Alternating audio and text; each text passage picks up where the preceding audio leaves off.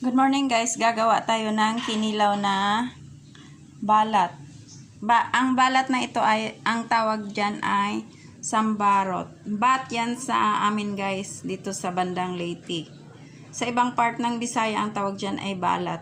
Sambarot yan dito sa amin. Hindi ko alam sa ibang lugar. Basta ito ay sea cucumber na crispy guys. Nakukuha lang to sa ilalim ng bato. Pag tinuklap mo yung bato sa dagat guys, nakatago lang ito sila. Tapos biglang tatalsik sa iyo ang tubig. So hawakan mo na yung buhangin sa ilalim ng bato, nandun lang yan sila nakatago. Bilisan mo kasi pupunta na yan sa ilalim. So ito guys, gagawa na tayo ng sea cucumber salad or kinilaw na bat or balat.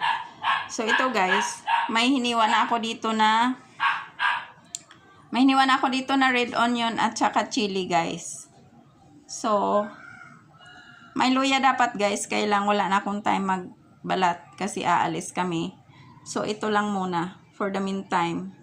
So optional muna natin ang luya. Anyway, meron naman tayong sili at saka red onion.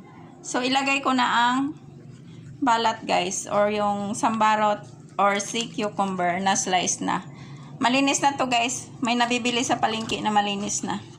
Hugasan mo na lang uli. Mas tipid kapag malinis ang bibilhin mo guys. Tipid ka sa oras at saka dahil per cup ang binibili dito. So mas tipid ka dahil yung ibang pagbuo ang bilhin mo, syempre kasama pa yung mga intestines niya. So ilagay ko na ang kalamansi na may suka na may asin at paminta guys. Yan.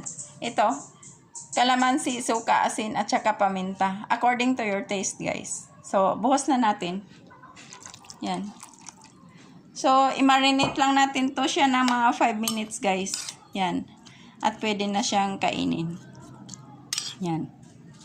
Rich in iodine at saka collagen ang balat, guys. So, pag umuwi kayo sa probinsya, pwede kayong kumain ito. Paborito to ng mga Chinese, guys. In fact, ang sea cucumber sa Chinese, hinahalo nila sa sabaw. Pero dried yun. Yung hilaw na sea cucumber sa Chinese, ibang luto naman yun sa kanila. Ano yun? With sauce. Yun. Mahal na putahe yan sa kanila guys. So that's all guys. Thank you so much for watching.